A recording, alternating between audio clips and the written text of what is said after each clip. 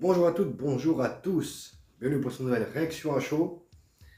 Aujourd'hui, on va parler d'un film qui a divisé quand il est sorti, même avant, quand le projet avait été annoncé, ça avait divisé.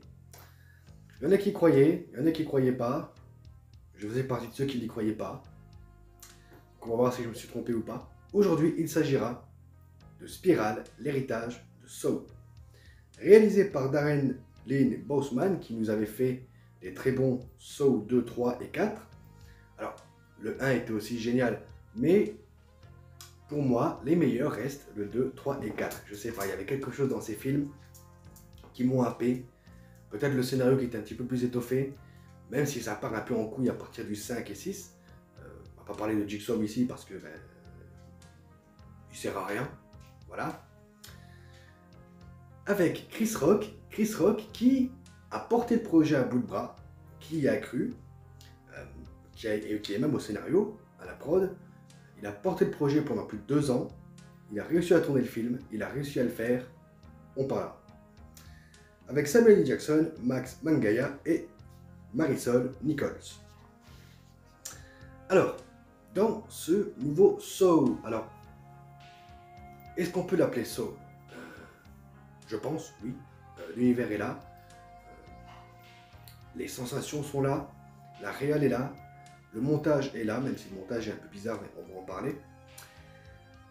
Alors, dans ce nouveau Saw, on va suivre le lieutenant Banks, Zeg Banks, qui depuis 15 ans est la risée de son commissariat et d'un peu tous les flics, parce qu'il a osé dénoncer des ripoux et témoigner contre eux.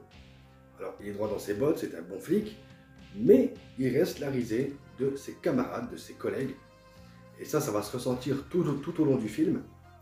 C'est un bon truc. Et on va lui donner un collègue, un petit nouveau, Shank, qui va l'aider dans cette enquête de meurtre. Et on va se rendre compte que ces meurtres sont, je sais pas si on peut dire l'héritage de John Kramer, mais presque. Et encore, on va parler du titre. Mais qu'en fait, ce nouveau Jigsaw va s'en prendre au ripou. Voilà. Avec toujours les jeux qui sont là, moins présents, mais ils sont là. Et nous, on va suivre donc Banks dans cette enquête qui est plutôt bonne. Alors, vous avez vu, je vais éviter les spoils au maximum. Si vraiment je vois que je spoil, je vous mettrai un petit spoiler en haut. Mais on va éviter les spoils. Alors, j'ai beaucoup aimé ce film. Oui. Oui, parce que là, on suit une enquête. On est sur une enquête de police pour trouver qui est le tueur, qui est ce nouveau Jigsaw, pourquoi il fait ça. On va suivre Banks dans son enquête, même si ses collègues vont lui foutre plein la gueule parce que c'est la risée du commissariat parce qu'il a dénoncé des flics et ça se fait pas. Donc, on va le suivre au fin fond du tunnel, au fin fond de l'enfer, poursuivre son enquête. Et j'ai trouvé ça très bon. Alors, ça a divisé parce que il n'y a pas tellement de jeux, il n'y a pas tellement de scènes gore. Les scènes de jeu, il doit y en avoir 3 ou 4. Alors, elles sont pertinentes. Elles ne marquent pas par le gore ou l'ingéniosité des pièges, mais il y a quand même des pièges. Et on sent que ce film veut un peu s'émanciper de tout ça. On sent que on est happé par le scénario, on va suivre une enquête. Est-ce que ça a plu aux fans ou pas? Je sais que ça a beaucoup divisé. Il y en a qui iront râler parce que il n'y a pas beaucoup de gore, il n'y a pas beaucoup de pièges. Les pièges sont pas vraiment fun. C'est vrai, les pièges sont pas géniaux. Mais on est happé par cette enquête, par Chris Rock, qui porte le film, qui y croit à fond. Il est vraiment à fond. Et là, on va parler un peu de la jeunesse du film. Quand Chris Rock a annoncé le projet, il y a quelques années, je faisais partie de ceux qui n'y croyaient pas. Parce que voilà, je ne voyais pas Chris Rock dans ce genre de film. Déjà que c'est pas un acteur que j'apprécie tellement. Voilà, je l'ai connu dans L'Arme Fatale 4, où voilà, son humour marchait à peu près, mais je le trouvais un peu lourd. Et quand il a annoncé qu'il était à la prod de ce nouveau Saw, qu'il portait le projet à bout de bras, qu'il y croyait vraiment, Et ça se ressent dans le film. Franchement, ça se ressent dans son personnage, dans sa façon de jouer. Il est vraiment à fond. Il n'y a pas une seule blague. Il n'y a pas un seul truc comique. On est vraiment dans un somme, on est vraiment dans une enquête policière, dans un film noir. Et ça marche du feu de Dieu. Franchement, Chris Rock, faut qu'il continue sur cette lancée. Peut-être que ça va relancer sa carrière. Enfin, je crois pas, vu que le film s'est pété la gueule. Mais il faut qu'il continue sur cette lancée. Malheureusement, ça ne va pas sans défaut. Alors certes, on est happé par l'enquête. On veut quand même savoir ce qui va arriver au personnage. Est-ce qu'il va réussir à attraper ce Jigsaw? Est-ce qu'il va réussir à aller au bout de l'enquête? Est-ce qu'il va survivre? On est tellement dedans qu'on suit le personnage. Malheureusement, il y a quelques défauts. Peut-être voire même des gros défauts. Alors déjà, dans la réal et le montage. Alors le montage, c'est à peu près le même montage que dans les anciens. Sauf que, rappelez-vous, dans les anciens Saw, on avait donc la partie enquête et la partie jeu. Donc, entre les scènes de jeu, on avait la partie enquête, des flashbacks, mais dans le montage, ça faisait sens. Malheureusement, là, il n'y a pas de gros jeu dans ce film. C'est des petits pièges qui vont arriver comme ça. Bon, c'est justifié par le scénario, hein, mais ils vont arriver comme ça. Et le montage ne change pas. En fait, le montage, c'est simple. On a une scène qui arrive, on a une autre qui arrive, et on sent que, comme si au milieu, il manquait quelque chose. Comme s'il manquait une grosse scène de piège, hein, comme à l'époque. Même si on sait pertinemment qu'il n'y en a pas dans ce film. Il n'y en a pas. C'est pas un saut à l'ancienne. On sent que le film veut s'émanciper de tout ça. Mais ça perd un peu le spectateur. Moi, il y a des moments où... Ouf, oh, qu'est-ce qui se passe? J'ai une scène qui a popé, là, je ne sais pas d'où elle vient. Je vois que c'est un flashback, je vois que c'est une scène d'après. Mais on sent qu'il manque quelque chose au milieu, entre les deux scènes.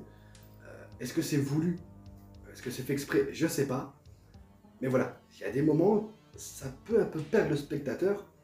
Mais on est tellement pris dans le personnage de Chris Rock, on est tellement avec lui.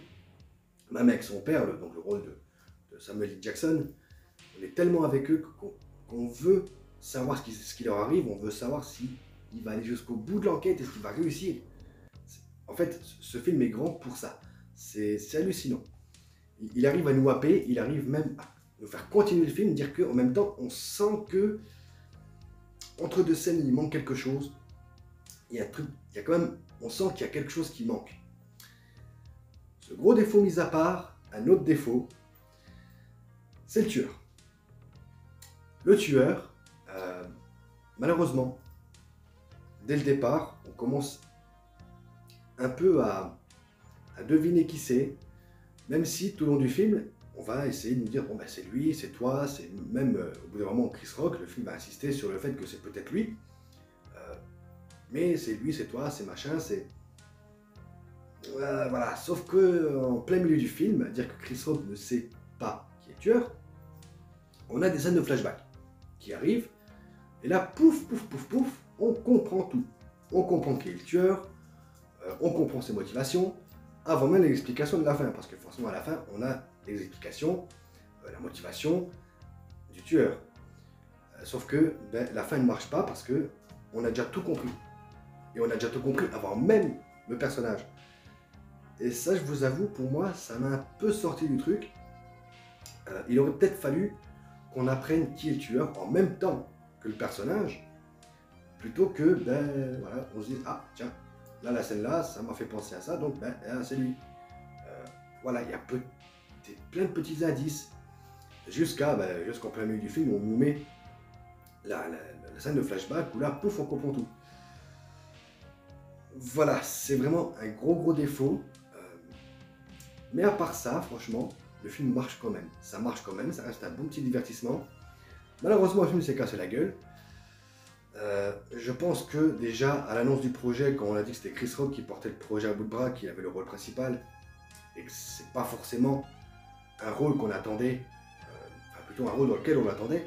Mais rappelez-vous à l'époque, Jim Carrey, quand il a commencé à faire des drames, et plein de choses comme ça, on n'y croyait pas non plus. On n'y croyait pas, et ça marchait quand même. Et ça marchait du feu de Dieu. Et là, ça marche. Franchement, on sent Chris Rock à fond dans le projet. Même si, bon, il y a quelques acteurs, même si c'est que des petits seconds rôles, on sent que, ben, ils n'y croyaient pas non plus. Ça se ressent un peu. Mais ça marche. L'histoire marche. L'enquête policière marche. Et moi, c'est ça que j'ai aimé. Au départ, je vous avoue que je m'attendais à avoir un saut à l'ancienne. Il y aura plein de jeux, il y aura plein de machins. Limite au détriment de l'histoire, un peu comme le 6 et le 7. Et même Jigsaw. Mais non. Là, on est vraiment sur un film noir, une enquête policière. Ça marche. Oui, il n'y a pas beaucoup de pièges. Oui, il n'y a pas beaucoup de gore. Voire limite presque pas. Mais ça marche.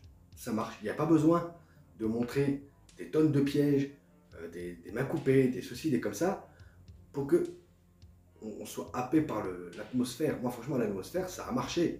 Et je l'ai regardé dans le noir. Ça a marché. Donc, si vous ne l'avez pas vu, voyez-le. Alors oui, il y a des gros défauts au niveau du montage. Donc le grand méchant, le tueur, on devine tout vite fait qui c'est. C'est des gros défauts, mais il y a quand même des qualités, il y a quand même quelque chose. Et rien que pour ça, franchement, je vous encourage à le voir si vous ne l'avez pas vu. Donc voilà, je vais m'arrêter là, sinon je vais commencer à spoil. Et franchement, j'ai pas envie de vous spoil ce film. Si vous l'avez vu, eh bien, je vous invite dans la barre commentaire à me dire ce que vous en avez pensé. Alors, je vais juste vous demander une chose, d'éviter les spoils en commentaire. Voilà, pour ceux qui ne l'auraient pas vu. Mais voilà, je serais content de savoir quand même ce que vous avez pensé de ce nouveau Saw. Et si vous préférez les anciens. Alors moi je fais partie de ceux qui préfèrent l'histoire. Voilà. J'étais à limite pour John Kramer dans les anciens. J'avais compris ses motivations. Même si les motivations de ce nouveau tueur, elles restent un peu floues. Voilà, on comprend que c'est une espèce de vengeance. On a aussi des allusions à John Kramer. Même qu'au bout d'un moment on se dit, oh bah merde, il est mort, mais est-ce que c'est un de ses disciples? Est-ce que... Voilà, il y a plein de... C'est ça que j'aime aussi, c'est qu'on va se poser beaucoup de questions, alors qui ont des réponses à la fin. Enfin, on a des films qui donnent des réponses. Donc on va se poser des questions, mais ça marche. Malgré les gros défauts de montage, peut-être voire même de scénario qui ne sont pas forcément cohérents, mais ça marche. C'est un bon film noir, un bon film policier. Oui, Saw, un bon film policier. Franchement. Et j'espère que s'ils en refont, je pense pas parce que je me suis pété la gueule, mais s'ils en refont, j'espère qu'ils vont continuer sur cette lancée. Quant à moi, je vous retrouve très bientôt. Continuez les films, à jouer aux jeux vidéo. Ciao.